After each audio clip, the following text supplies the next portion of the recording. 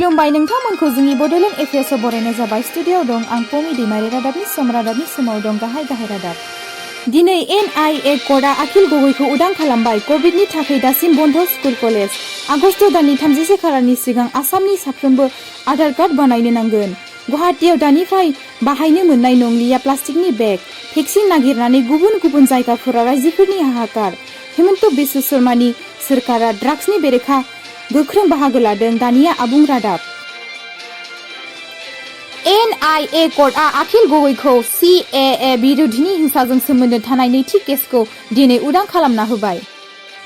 August दाननि 31 खालारनि सिगां मोनफ्रोमबो आधार कार्ड बानायनो नांगोन, जेखौ जोंनि आसाम सोरखारा गोनांथार खालामनानै होदों।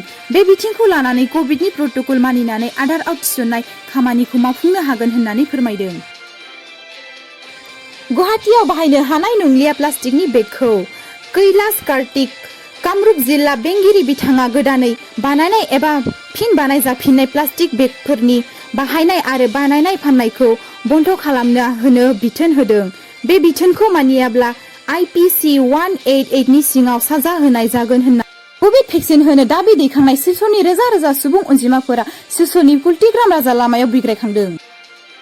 बे जाथायजों लोब्बा थानाय सासे सुबुङा सोरखारा भेक्सिन होयैनि जाहोनाव बिब्दि जानो मोन्दों होननानै गाहाय मन्त्रि हेमन्त बिश्व शर्माया सोरखार दैदेननायनि उनावनो रायजोआव ड्राग्सनि बेरेखा गोख्रों राहा लादों आरो गोबां ड्राग्सजों लोगोसे ड्राग्स फालांगिफोरखौ हमदों। गाहाय मन्त्रिनि हिट लिस्टआव थानाय मिथिंगा बसुमतारी मुंनि ड्राग्स फालांगिरिखौ बशिष्ट पुलिसआ दिनै हमनो हादों। हमजानाय समाव गोबां बिबांनि ड्राग्स कन्टेनारजों लोगोसे 1000 रां आरो गंसे AS01EJ8735 नंनि गारिबो मोनो। फोरमायनाय बादिब्ला बिथाङा सिगाङावनो गोबां हमजाबाय। जोबथारनायाव नोंथांमोननिसिम मोनसे फोसावनाय बड'लेण्ड एफेयार्स चेनेलखौ जोंनि समाज आरो समाजनि जौगानायनि मिजिंखौ लानानै गुबुन गुबुन हारि एबा समाजनि जौगानायखौ उनसंनानै जोंनि समाजनि गेजेरावबो बैफोरबायदि जौगानायनि सिमांखौनो लानानै नोंथांमोननि गेजेराव लानानै फैबाय, जाहाथे जोंनि समाजावबो मोनफ्रोमबो बिथिङाव आखा फाखा जानो हायो। जों गुबुन हारिनि सायाव सोनारनांगौ जाया।